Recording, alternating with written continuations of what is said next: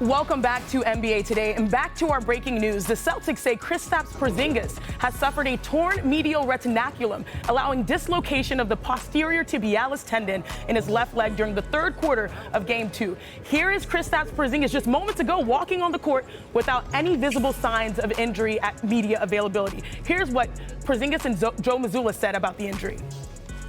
Kind of a random situation, yeah, and I felt something, and now I have to deal with it.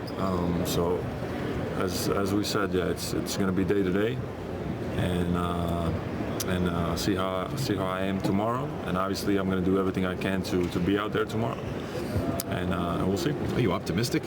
I am, of course. I have to be. I'm optimistic, and as I said, I will do everything I can to be out there tomorrow. He's doing anything and everything he can to be ready for the game tomorrow. It's a serious injury, and at the end of the day, our team and the medical team is not going to put him in any bad situations. And so we've taken a decision to play out of his hands because the importance of him. And so he's going to do everything he can to play, and then we're going to leave it up to our medical team, and that's really it. Now bringing in our fearless host, Malika Andrews, who is in Dallas today. Malika, you just saw Kristaps Porzingis walk off the court just now. What did he tell you?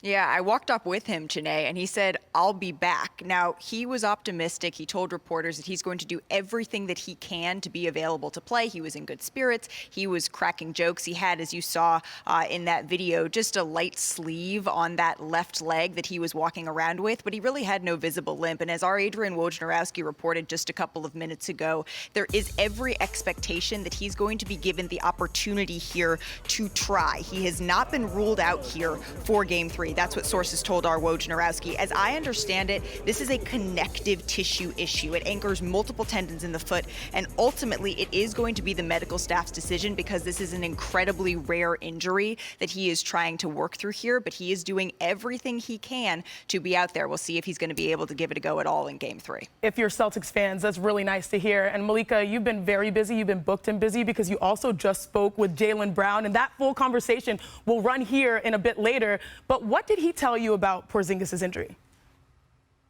Yeah, you know a little something about being booked and busy here, Chiney, but essentially he said that this is a team effort. All year long, this team has been an ensemble. We've talked about how they come at you in waves over and over and over again, and they have won without Kristaps Porzingis, who was out essentially from the first round of these playoffs until the first game of these finals. They're going to have to lean on it again. He says they hope they're not going to have to here because Kristaps Porzingis has been such a luxury to have back and such an essential part, he said, of why they are a 64-win team in the regular season and in this position at all. But if it does come down to this, he said this team is so incredibly focused, and it's just going to have to be a next man up mentality, something that this team is very used to, Chiney.